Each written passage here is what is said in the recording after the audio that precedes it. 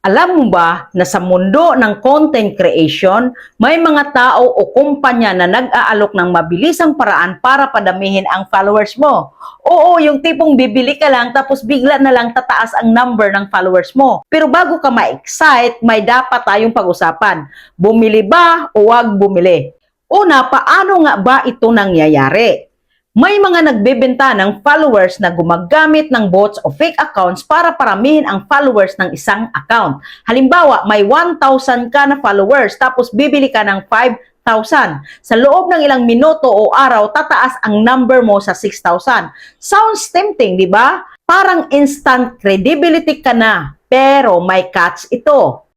Pangalawa, bakit maraming content creators ang nahuhulog nito? Bakit marami ang nahuhulog sa ganitong offer? Simple lang. Una, kulang sa growth. Minsan kahit galing sa puso mo ang content mo, mabagal ang pagtaas ng followers. Pangalawa, social proof para magmukhang popular agad. Hoping mas marami ang mag-follow sa'yo dahil mataas na ang number. Pangatlo, pressure sa platform. May content creators na iniisip na kailangan nila ng malaking audience agad para makakuha ng sponsorship o deals. Pero hindi lahat ng bagay na mabilis ay safe. Pangatlo, risk at consequences.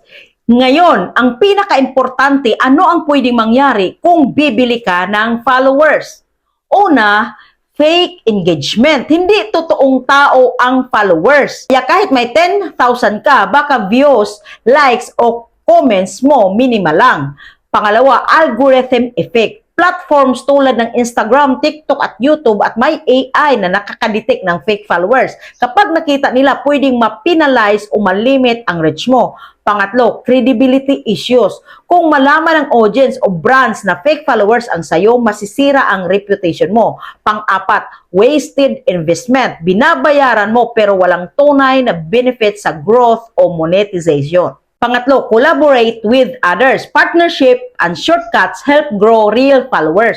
Pang-apat, use smart promotion. Ads and cross-platform promotion can speed up growth without risking credibility. So, bago ka gumastos sa mabilisang tricks, isipin mo, gusto mo ba ng followers na tunay at engaged o mabilisang number lang na walang epekto sa career mo? Tandaan, quality over quantity. Mas mabagal man sa simula pero kapag tunay ang followers mo, tunay rin ang opportunities na darating.